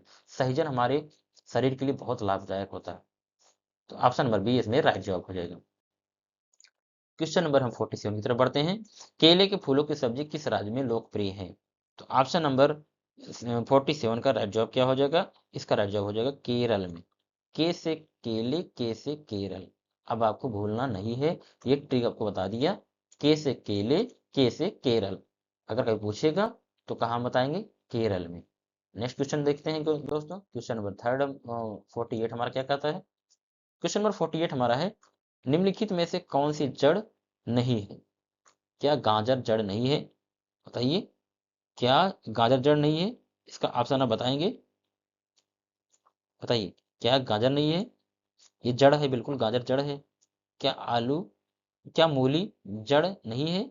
नहीं, ये भी जड़ है। क्या चुकंदर जड़ नहीं? ये भी जड़ है। आलू जड़ नहीं है, क्योंकि आलू एक तना है। ऑप्शन नंबर सी राइट जवाब हो जाएगा। जड़ और तने से क्वेश्चन पूछता है, इसलिए आपको ध्यान रखना है। आलू क्या है? एक तना है। दोस्तों क्वेश्चन नंबर 49 की तरफ बढ़ते हैं। पौधों में जल का परिवहन किसके माध्यम से होता है? फ्लोएम के माध्यम से होता है क्या? क्या लाइजम के माध्यम से होता है? क्या रंध्र के माध्यम से होता है? क्या क्लोरोफिल के माध्यम से? इसका राइट जवाब क्या हो जाएगा? लाइजम के माध्यम से परिवहन होता है। ऑप्शन नंबर बी हमारा राइट जवाब हो जाएगा। दोस्तों क्वेश्चन नंबर हम 50 की तरफ बढ़ते हैं। क्वेश्चन नंबर हमारा 50 क्या कहता है? डोंगा क्या है जो झेलम नदी में पाया जाता है? बताइए, डोंगा क्या है जो झेलम नदी पाया जाता है? ऑप्शन दिए गए हैं। क्या है? पानी पर तैरता घर, नक्काशी रहित। तो ऑप्शन नंबर बी हमारा राइट जवाब हो जाएगा। दोस्तों क्वेश्चन नंबर हम 51 की तरफ बढ़ते हैं। 51 हमारा है, नीचे दिए गए किस राज्य के ग्रामीण लोग अपने भोजन में लिंग हूं फेन सांप का मांस खाना पसंद करते हैं? आपको सुनने में बहुत अजीब लग रहा होगा। लिंग हु फेन, जो सांप का मांस कौन लोग खाते होंगे? बताइए, बताइए कौन से लोग खाते हैं? क्या असम के लोग खाते हैं? क्या हांगकांग के लोग खाते हैं? क्या उड़ीसा के लोग खाते हैं, क्या केरल के लोग खाते हैं? तो इसमें ऑप्शन नंबर बी आ जाएगा, हांगकांग के लोग सांप का मांस खाना पसंद करते हैं। ऑप्शन नंबर बी राइट जवाब। ये क्वेश्चन दोस्तों सीटेट में कई बार पूछा गया है, इसलिए मैं ये क्वेश्चन आपके सामने प्रस्तुत किया हूँ। दोस्तों ये क्वेश्चन बनाने बहुत मेहनत लगा हुआ है। मैंने ये सारे सेट आपको जो आपके सामने जो प्रस्तुत है, सब क्वेश्चन मेरा इसमें मेहनत 3-4 दिन का लगा हुआ है। आपको मैं 1-1.5 घंटे में पूरा पढ़ा दूंगा। दोस्तों आपसे कोई फीस नहीं ले रहा हूँ, आपको निःशुल्क ये वीडियो दिया जा रहा है। आप लोग अच्छे से इसको पढ़िए, बस आप लोग अच्छे से सफल होइए, बस यही मेरी सबसे बड़ी खुशी। आगे देखते हैं क्वेश्चन नंबर 52 की तरफ। 52 हमारा है, नारियल के तेल में बनी हुई समुद्र मछली कहाँ के लोग सबसे अधिक पसंद करते हैं? जो नारियल का तेल है, इससे बनी हुई मछली कहाँ के लोग पसंद करते हैं? तो ऑप्शन दिए गए, क्या गोवा में, क्या कश्मीर में, क्या तमिलनाडु में, क्या आंध्र प्रदेश में? तो बताइए इसका राइट जवाब क्या हो जाएगा? इसमें राइट जवाब हो जाएगा गोवा। दोस्तों मैं आपको बता दूं, क्वेश्चन में 2 क्वेश्चन पूछा जाता है। एक पूछा जाता है सरसों के तेल में बनी हुई समुद्री मछली, एक पूछा जाता है नारियल के तेल में बनी हुई समुद्री मछली कहाँ के लोग बनाते हैं। अगर नारियल की बात करेगा तो गोवा हो जाएगा, अगर वही सरसों के तेल की बात किया जाएगा तो वो जम्मू कश्मीर हमारा हो जाएगा। ठीक, हमारा इसमें सरसों नहीं पूछा, नारियल पूछा है, तो हम ऑप्शन नंबर ए लगाएंगे, गोवा। ठीक, आगे तरफ बढ़ते हैं दोस्तों क्वेश्चन नंबर 53 की तरफ। टैपियोका किस राज्य का मुख्य भोजन है और यह कहाँ उगता है? तो इसका राइट जवाब क्या हो जाएगा बताएंगे अब? क्या मेघालय पेड़ के ऊपर, क्या केरल में जमीन के ऊपर, क्या असम में पानी के अंदर, क्या राजस्थान रेत में? तो इसका राइट जवाब क्या हो जाएगा आप इसको बताएंगे। टैपियोका जो दिया गया है आपका, ये कहाँ का? तो ऑप्शन नंबर बी केरल जमीन के नीचे। राइट जवाब ऑप्शन नंबर बी केरल जमीन के नीचे। बताइए पेड़ के ऊपर शकरकंद क्या कभी होता है? टैपियोका भी को होता है क्या? नहीं, बिल्कुल बात गलत। क्या पानी के अंदर होगा? बिल्कुल। क्या रेत में होगा? नहीं। तो केरल जमीन के नीचे बिल्कुल होता है। ऑप्शन नंबर बी हमारा राइट जवाब हो जाएगा। ठीक, उम्मीद करता हूँ दोस्तों आपको समझ में आ गया होगा। दोस्तों क्वेश्चन नंबर हम आगे की तरफ बढ़ते हैं। क्वेश्चन नंबर हमारा 54 क्या है? मिड डे मील योजना भारत के सभी स्कूलों में किस वर्ष से अनिवार्य रूप से लागू की गई थी? मोस्ट इंपॉर्टेंट क्वेश्चन, ये जीएस का भी एक प्रकार से क्वेश्चन बन जाता है, बहुत बार पूछा भी गया है। तो कब किया गया था इसका राइट जवाब आप बताएंगे, तो बताइए इसका राइट जवाब क्या हो जाएगा? इसका राइट जवाब क्या हो जाएगा? Option number C. ठीक है, 2004 में। नेक्स्ट क्वेश्चन तरफ बढ़ते हैं दोस्तों, क्वेश्चन नंबर 55 तरफ। 55 हमारा एनीमिया रोग किसकी कमी के कारण होता है और इसे दूर करने के लिए क्या खाना चाहिए? क्या बताइए किस कारण होता है? एनीमिया रोग किस कमी के कारण होता है बताइए? क्या कैल्शियम कारण होता है, क्या आयरन कारण होता है, क्या विटामिन कारण होता है, क्या आयोडीन कारण होता है? तो बताएंगे। तो इसमें क्या हो जाएगा, एनीमिया आयरन कारण होता है। इसको खाने के लिए, इसको पूर्ति करने के लिए क्या क्या खाया जाता है? गुड़, आंवला और हरी पत्तेदार सब्जियां खा करके हम आयरन की भरपूर्ति अपने शरीर में कर सकते हैं। और इससे होने वाला रोग क्या होता है? अगर हम ना खाएं तो कौन रोग हो जाता है? एनीमिया रोग हो जाता है। तो ऑप्शन नंबर बी हमारा राइट जवाब है। उम्मीद करता हूँ अब अच्छे से समझ में आ गया होगा। दोस्तों क्वेश्चन नंबर हम 56 की तरफ बढ़ते हैं। 56 हमारा निम्नलिखित में से कौन सा समूह बीज का है? किस बताइए कौन सा राइट जवाब हो जाएगा? क्या मक्का, गेहूं, बाजरा, चावल, चावल, आलू, अदरक, गन्ना, केला, नाशपाती, काली मिर्च, गाजर और मूली? तो इसका राइट जवाब क्या हो जाएगा बताइए? समूह बीज, बीज का पूछा है। चावल, आलू, अदरक, अदरक बात गलत है, बीज नहीं होगा।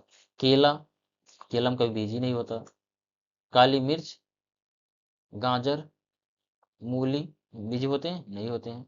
मक्का, गेहूं, बाजरा ये बीज का एक समूह है। ऑप्शन नंबर ए हमारा राइट जवाब हो जाएगा। दोस्तों आपको बता दूं, ये मोटे अनाज के अंतर्गत आते हैं। मक्का, गेहूं, बाजरा मोटे अनाज के अंतर्गत भी आता है। कभी कभी पेपर सेकंड में जो हमारे एसएसटी सब्जेक्ट है उसमें कभी कभी पूछ लेता है मोटे अनाज कौन से हैं। तो ऑप्शन नंबर ए में जो दिए गए हैं जितने मक्का, गेहूं, बाजरा ये सारे हमारे, ज्वार, बाजरा ये सारे जो है किस में आते हैं? मोटे अनाज में आते हैं। फिलहाल इसमें क्वेश्चन हमारा पूछा गया था कौन सा समूह बीज का है? तो ऑप्शन नंबर ए हमारा राइट जवाब है। दोस्तों क्वेश्चन नंबर 57 की तरफ बढ़ते हैं। क्वेश्चन नंबर 57 हमारा है, जल संरक्षण के लिए तरुण भारत संघ नामक संस्था से कौन कौन सा व्यक्ति जुड़ा है? बताइए कौन सा व्यक्ति जुड़ा है? ऑप्शन नंबर ए है Medha Patekar, option number B है Sunderlal Bahuguna, option number C है Rajendra Singh, option number D है बाबा आमटे। तो दोस्तों इसमें ऑप्शन नंबर डी हमारा राइट जवाब हो जाएगा, राजेंद्र सिंह। ठीक दोस्तों, क्वेश्चन नंबर इसका 57 का सी ऑप्शन राइट जवाब हो जाएगा। आगे तरफ बढ़ते दोस्तों क्वेश्चन नंबर 58 की तरफ, देखें क्या कहता है। अल बिरूनी किस देश से भारत आया था जिसने भारतीय तालाबों के बारे में लिखा था? तो इसका राइट जवाब क्या हो जाएगा बताइए। अल बिरूनी किस देश से आया था, इसका भारतीय तालाबों के बारे में क्या लिखा था? इसका राइट जवाब क्या हो जाएगा? आप बताइए, आप क्वेश्चन को अच्छे से पढ़िए, आपको समझ में आ जाएगा। बताइए इसका राइट जवाब क्या हो जाएगा। ये कहाँ से आया था? उज्बेकिस्तान से आया था। ऑप्शन नंबर बी राइट जवाब हो जाएगा, उज्बेकिस्तान। अल बिरूनी उज्बेकिस्तान से आया था। दोस्तों क्वेश्चन नंबर 59 तरफ बढ़ते हैं। घुड़सीसर तालाब राजस्थान के किन जिले में स्थित है? तो 59 का राइट जवाब क्या हो जाएगा बताइए, आप इसको पढ़िए, बताइए इसका राइट जवाब क्या हो जाएगा।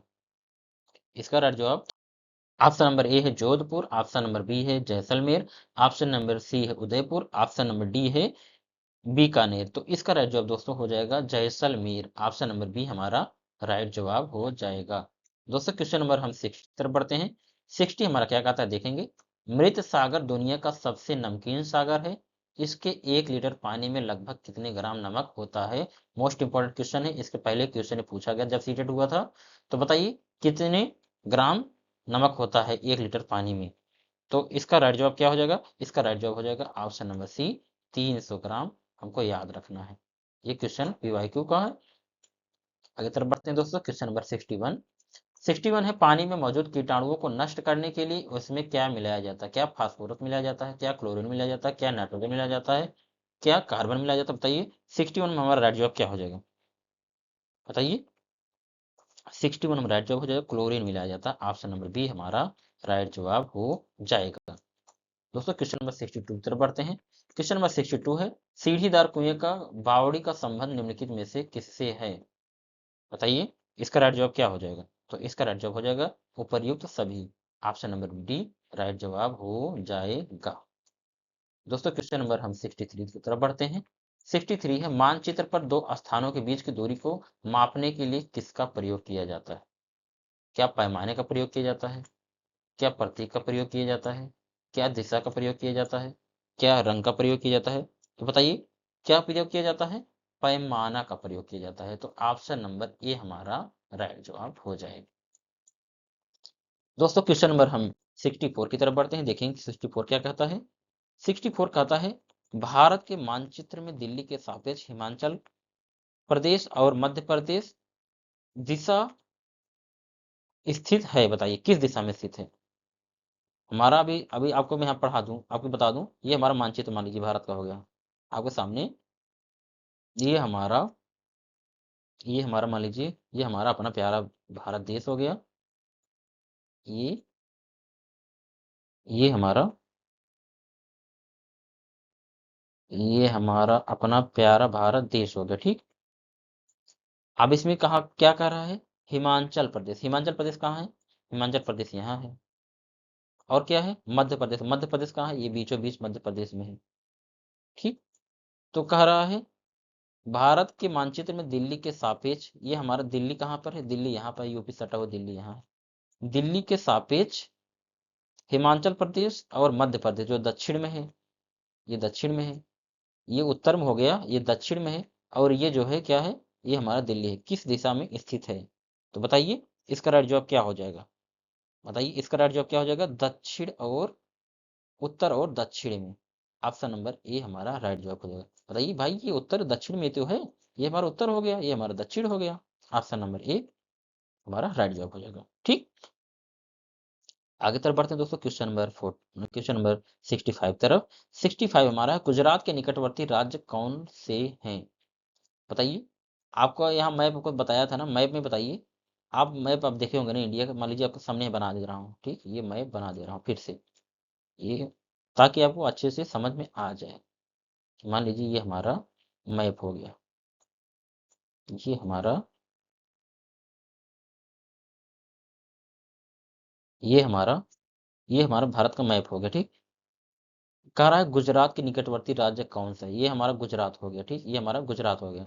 इसके निकटवर्ती राज्य क्या महाराष्ट्र है? हाँ ये बिल्कुल है, सही है। क्या राजस्थान है? हाँ सही है। क्या मध्य प्रदेश है? हाँ ये सही है।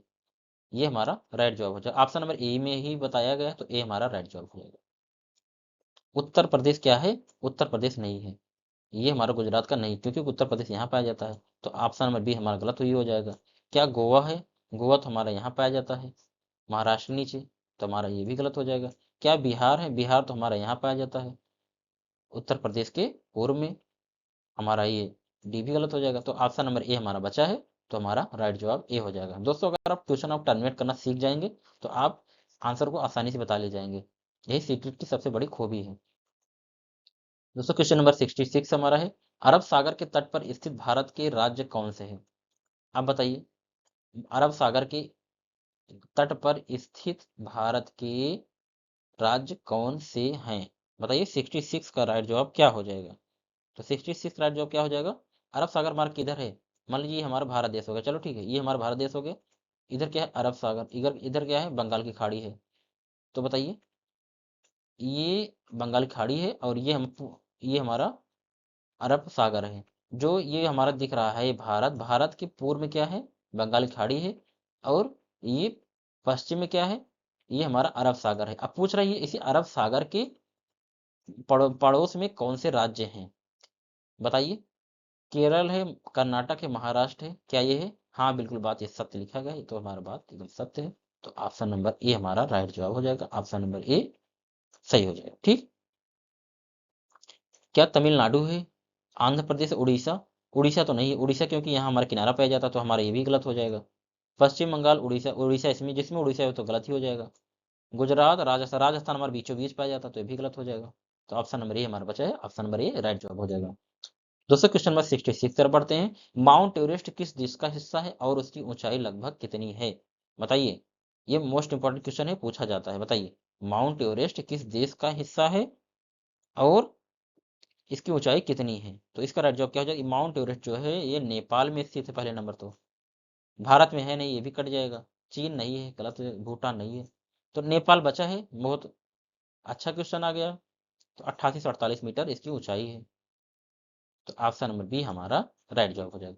दोस्तों क्वेश्चन नंबर 68 तरफ बढ़ते हैं, बछेंद्री पाल भारत की पहली महिला थी जो माउंट एवरेस्ट पर चढ़ी, उन्होंने यह उपलब्धि किस वर्ष हासिल की? मोस्ट इंपॉर्टेंट क्वेश्चन है दोस्तों, इसको बताएंगे आप। तो किस वर्ष की? 1984 में की, तो ऑप्शन नंबर बी हमारा राइट जवाब हो जाएगा। दोस्तों क्वेश्चन नंबर हम 69 तरफ बढ़ते हैं, 69 हमारा है, गोलकोंडा किले का निर्माण किसने करवाया था? मोस्ट इंपॉर्टेंट है, तो किसने करवाया था बताइए? तो ऑप्शन नंबर बी कुतुबुद शाही सुल्तान ने करवाया था, ऑप्शन नंबर बी हमारा राइट जवाब हो जाएगा। दोस्तों क्वेश्चन नंबर हम 70 की तरफ बढ़ते हैं, 70 हमारा है, अंतरिक्ष में जाने वाली भारतीय मूल की दूसरी महिला सुनीता विलियम्स ने अंतरिक्ष में कितने दिन बिताए थे? मोस्ट इंपॉर्टेंट है क्वेश्चन, कितने दिन बिताए थे बताइए? ऑप्शन नंबर बी 150 दिन से अधिक बिताए थे।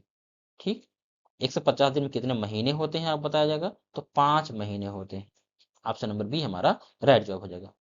दोस्तों क्वेश्चन नंबर हम 70 की तरफ बढ़ते हैं, 70 हमारा क्या कहता है, गांधी धाम गुजरात का रहने वाला कोई व्यक्ति पहले भोपाल और फिर हैदराबाद जाना चाहता है, उसके यात्रा दिशाएं क्या होगी? उसकी यात्रा दिशाएं क्या होगी, आप इसको अच्छे से समझिए। 70 हमारा राइट जवाब क्या हो जाएगा बताइए? 70 हमारा राइट जवाब क्या हो जाएगा? ऑप्शन नंबर ए, गांधीधाम गुजरात रहने वाला व्यक्ति भोपाल, पहले भोपाल जाएगा तो पहले पूर्व में जाएगा, ठीक, फिर वो हैदराबाद जा रहा है, हैदराबाद फिर दक्षिण में हो जाएगा, तो ऑप्शन नंबर ए में ही दिएगा, तो ऑप्शन नंबर ए हमारा राइट जवाब हो जाएगा। दोस्तों क्वेश्चन नंबर हम 72 की तरफ बढ़ते हैं, 72 हमारा है, वल्लम लकड़ी की बनी छोटी नाव है जो कहाँ चलती है? बताइए, वल्लमकारी कहाँ ये चलती है बताइए, जो नाव है? 72 का हमारा राइट जवाब क्या हो जाएगा बताइए? 72 का राइट जवाब हो जाएगा ऑप्शन नंबर बी, नौका दौड़ वहां भी होती है केरल में, तो ऑप्शन नंबर बी हमारा राइट जवाब हो जाएगा। वल्लम जो है लकड़ी की बनी छोटी नाव है जो कहाँ चलती है? केरल में पड़ती है, चलती है, ऑप्शन नंबर बी राइट जवाब।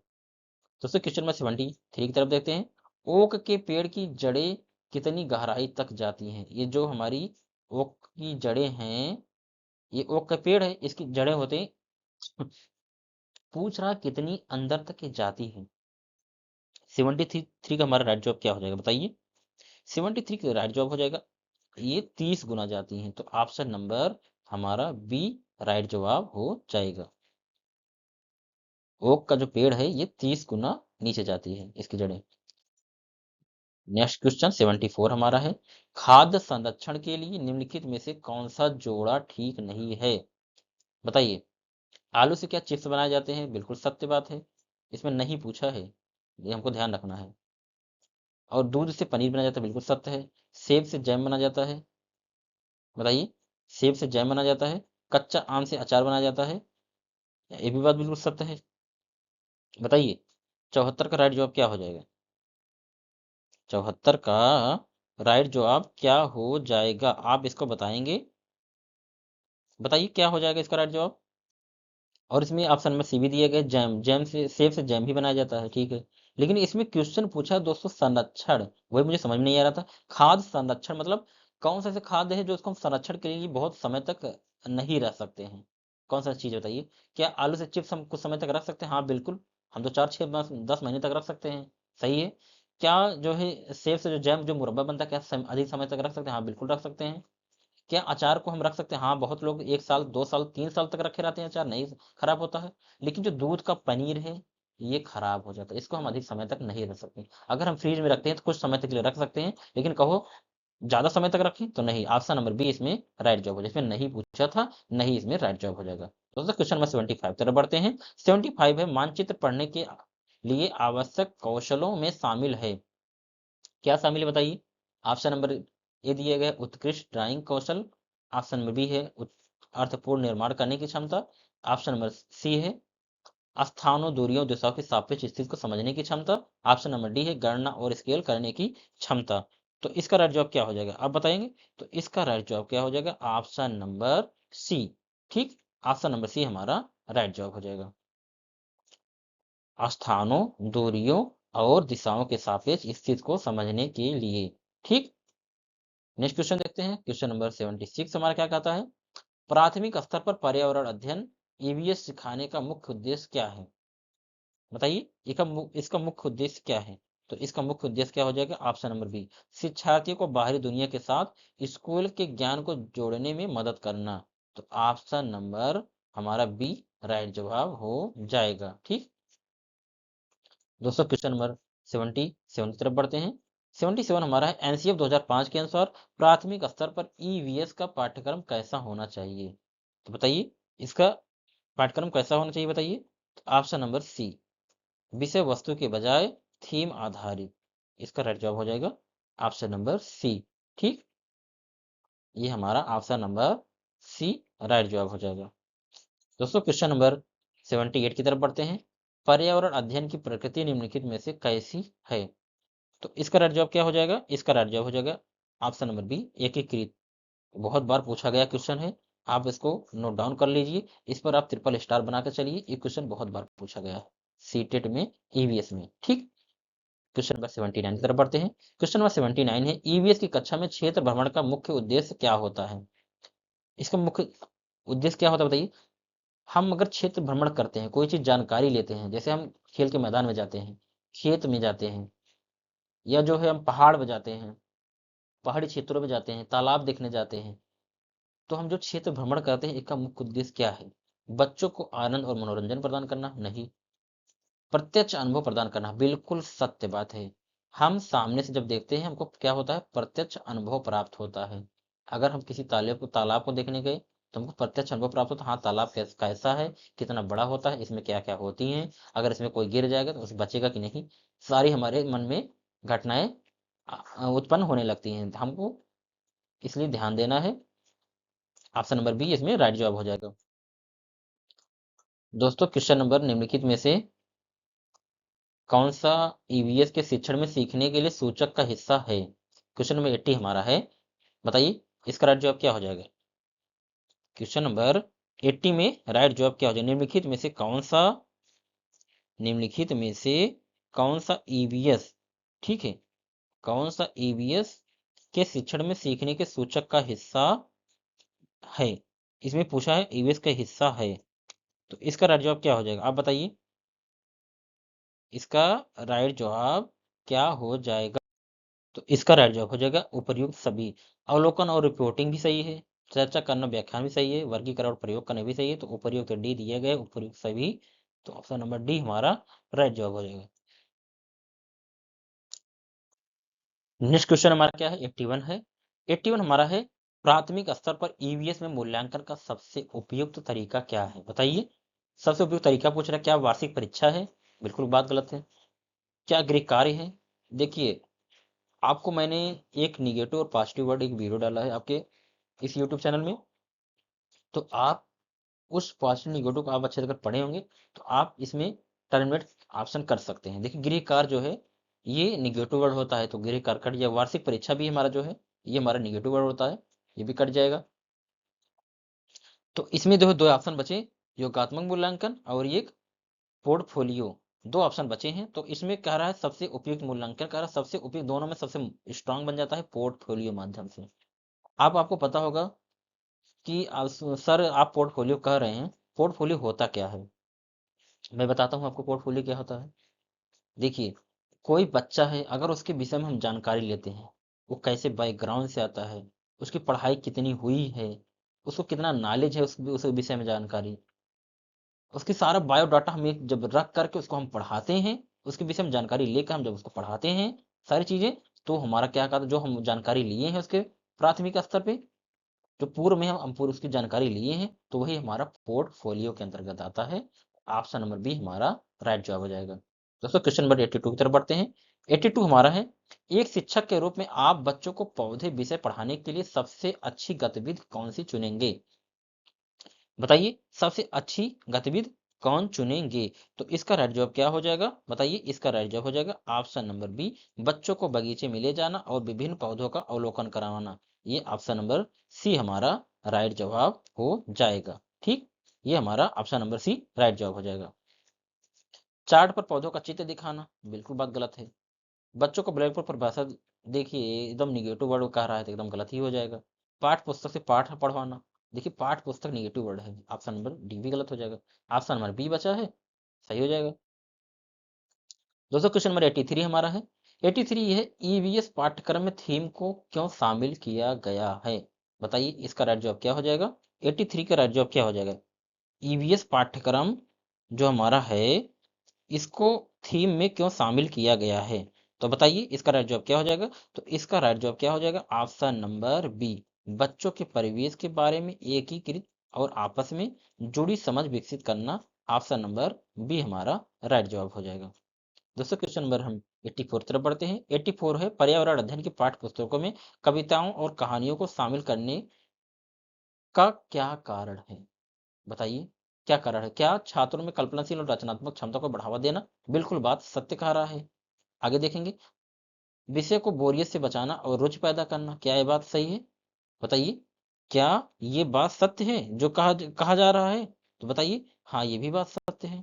विषय को बोरियत से बचाना है और रुचि पैदा करना, बिल्कुल बात सत्य है। दैनिक दिनचर्या में बदलाव लाना, बताइए क्या ये भी बात सत्य है? बताइए। तो ये बात सत्य नहीं है, तो ऑप्शन नंबर ए और बी सही है। तो ऑप्शन नंबर डी में दिया गया है ए और बी दोनों, ऑप्शन नंबर डी हमारा राइट जवाब हो जाएगा। दोस्तों क्वेश्चन नंबर हम 85 तरफ देखते हैं। 85 है, ईवीएस शिक्षण में खोजपूर्ण प्रश्न पूछने का लाभ क्या है? बताइए। छात्रों के पूर्व ज्ञान को जांचना, क्या ये बात सत्य है? छात्रों के आलोचनात्मक सोच विकसित करना, क्या ये बात सत्य है? बताइए। कक्षा में अनुशासन बनाए रखना, क्या ये बात सत्य है? हम देखेंगे अभी। जल्दी पाठ समाप्त करना, क्या ये बात सत्य है? बताइए। बताइए, ये क्या बात सत्य है? तो सबसे इसमें क्या कहा है? ईवीएस में खोजपूर्ण प्रश्न छात्रों के पूर्व ज्ञान को जांचना। ठीक है, अगर छात्रों से हम कोई प्रश्न कर रहे हैं तो इसी उम्मीद से करते हैं कि बच्चा कितना अभी तक सीखा हुआ है। तो ऑप्शन नंबर ए हमारा राइट जवाब हो जाएगा। क्वेश्चन नंबर 86 है, प्राथमिक स्तर पर पर्यावरण अध्ययन में कहानी कहने का प्रभावी उपयोग मुख्य रूप से किस लिए किया जाता है? बताइए, इसका राइट जवाब क्या हो जाएगा? इसका राइट जवाब हो जाएगा ऑप्शन नंबर ए, सीखने के लिए संदर्भगत वातावरण प्रदान करना। सबसे पॉजिटिव वर्ड हमारा हो जाता है, स्ट्रांग बन जाता है ऑप्शन। तो ऑप्शन नंबर ए ही हमारा राइट जवाब हो जाएगा। देखेंगे बी क्या है, कक्षा को अनुशासित करना, देखिए अनुशासित शब्द आ गया तो यही गलत हो ही जाएगा। भाषाई कौशल को विकसित करना, भाषाई शब्द बिल्कुल गलत हो जाएगा। शिक्षकों को काम को आसान करना, ये भी बात गलत हो जाएगा। तो ऑप्शन नंबर ए बचा है, राइट जवाब हो जाएगा। दोस्तों क्वेश्चन नंबर 87 की तरफ बढ़ते हैं। 87 हमारा है, पर्यावरण अध्ययन की कक्षा में मानचित्र कौशल विकसित करने से बच्चों में क्या सुधार आता है? बताइए मानचित्र जो हमारा है उसमें विकसित करने के लिए बच्चों में क्या सुधार आता है? 87 का राइट जवाब क्या हो जाएगा? बताइए 87 का राइट जवाब क्या हो जाएगा? तो इसका राइट जवाब हो जाएगा ऑप्शन नंबर बी, स्थानों की सापेक्ष स्थिति और दिशा की समझ। ठीक है, ऑप्शन नंबर बी हमारा स्ट्रांग हो जाएगा।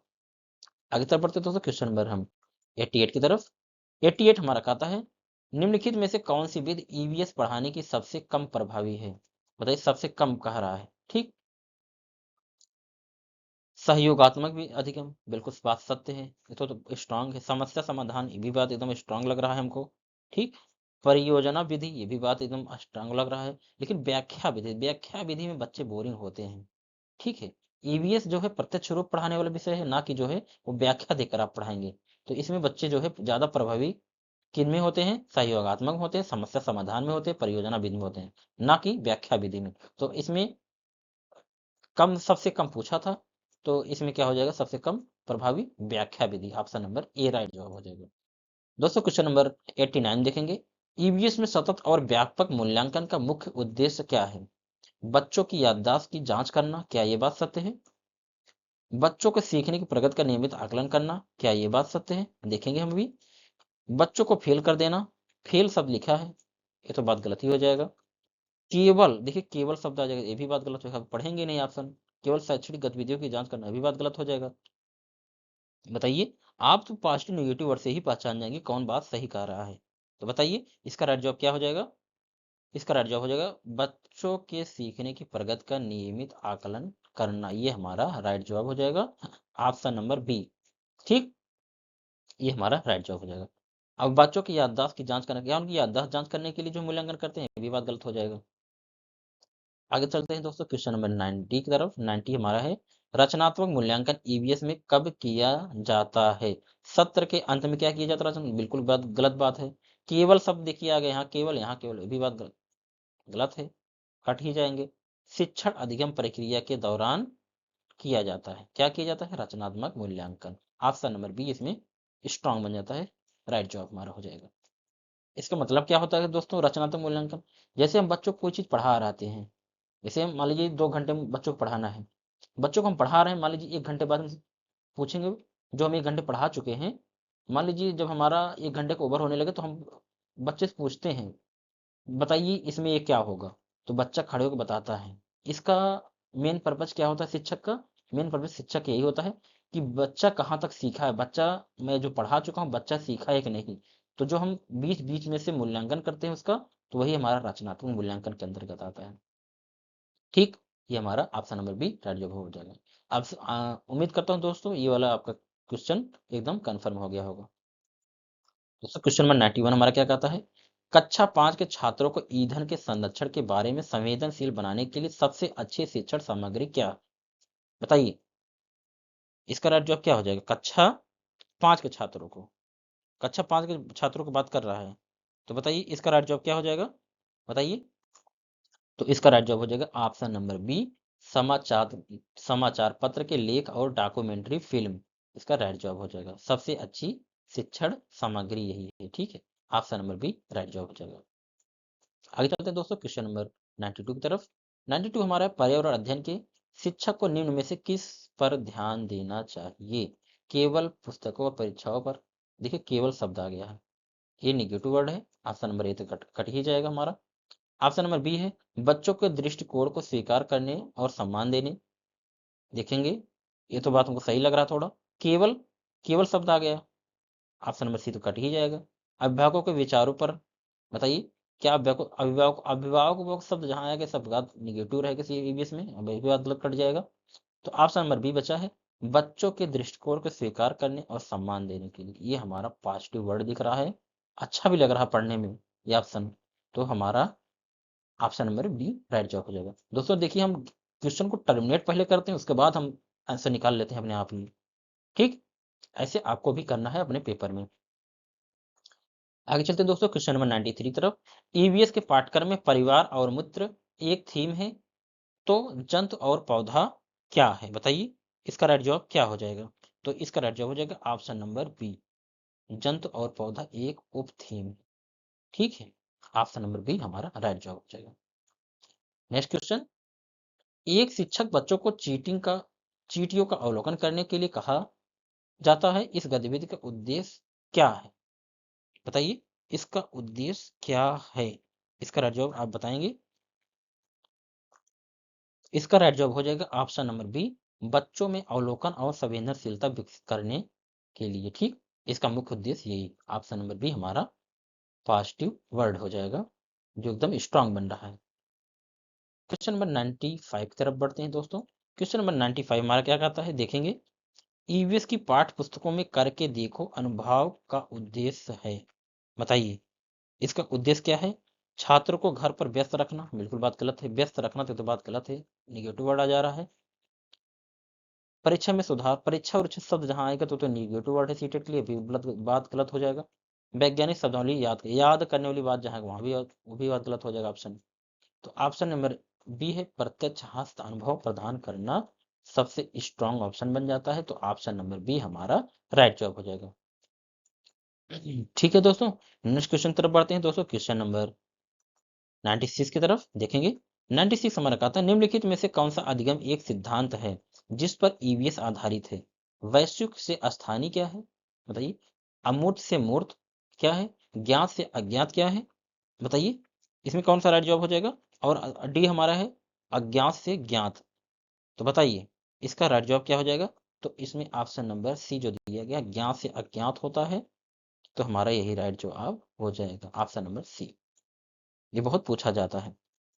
क्वेश्चन नंबर 97 है, पर्यावरण अध्ययन की कक्षा में पहेलियों को शामिल करने का उद्देश्य क्या नहीं है? बताइए। नहीं पूछ रहा है। छात्रों में सृजनात्मकता विकसित करना, इसमें नहीं पूछा है, ये तो बस सत्य है। छात्रों को तर्कशील बढ़ाना, छात्रों की तर्क शक्ति बढ़ाना, बिल्कुल बात सत्य है।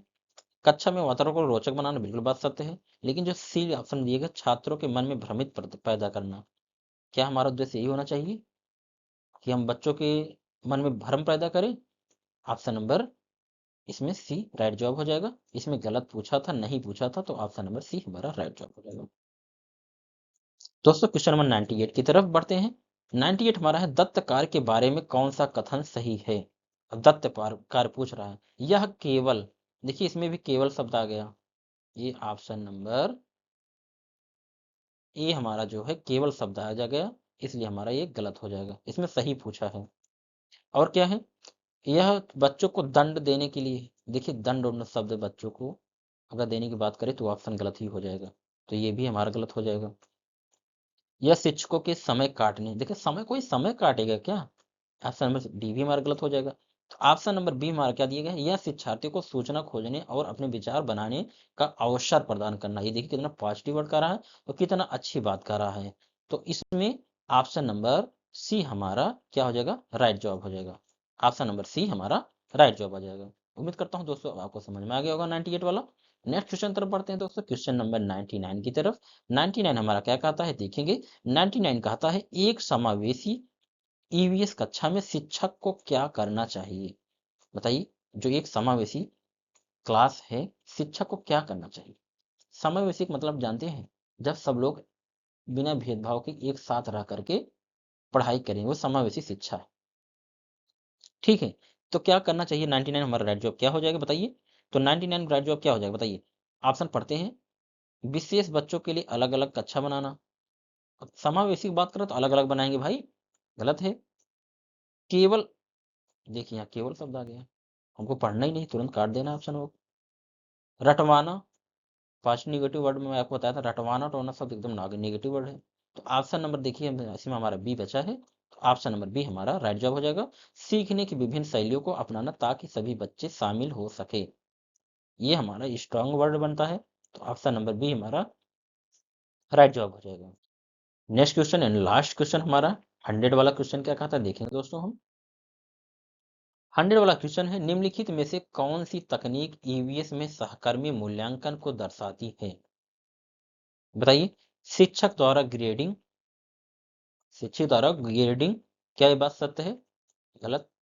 बच्चों द्वारा एक दूसरे कार्य को अवलोकन और फीडबैक देना, वार्षिक परीक्षा के परिणाम, माता पिता द्वारा रिपोर्ट कार्ड दिखाना, ये भी बात गलत है। माता पिता द्वारा रिपोर्ट कार्ड देखना, ये भी बात गलत है। वार्षिक परीक्षा देखिए गलत बात है, वार्षिक परीक्षा नहीं कराना है। तकनीकी पूछ रहा है इसमें, तकनीकी ईवीएस में सहकर्मी मूल्यांकन, इसमें सहकर्मी की बात कर रहा है। सहकर्मी कब होंगे बताइए? बच्चों द्वारा एक दूसरे के कार्य का अवलोकन और फीडबैक देना, ये मोस्ट इंपॉर्टेंट क्वेश्चन है, इसको आप ध्यान देना है। तो हमारा सबसे स्ट्रांग ऑप्शन हमारा बी ही ऑप्शन हो जाएगा, तो हमारा बी वाला राइट जवाब हो जाएगा। ठीक है, उम्मीद करता हूं दोस्तों हमारे द्वारा जो कंटेंट दिया गया है आपको बहुत बेहतर से समझ में आया होगा। अगर आपको लगे मैंने आपको अच्छा कंटेंट दिया है और विस्तृत व्याख्या करते हुए दिया है, तो आप वीडियो को ज़्यादा से ज़्यादा शेयर करिए अपने दोस्तों के पास। आपके जो छोटे भाई हों या बड़े भाई हों, जो शिक्षक की तैयारी करते हैं, जो प्राइमरी की तैयारी कर रहे हैं, जो सीटेट का फॉर्म भरे हैं, अगर उनका पेपर फर्स्ट है, ईवीएस सिलेबस में है, तो आप इनको ये वीडियो भेज दें और चैनल को सब्सक्राइब कर लें। दोस्तों अब हम मिलेंगे नेक्स्ट वीडियो में नए कंटेंट के साथ, तब तक के लिए आपको बहुत बहुत धन्यवाद।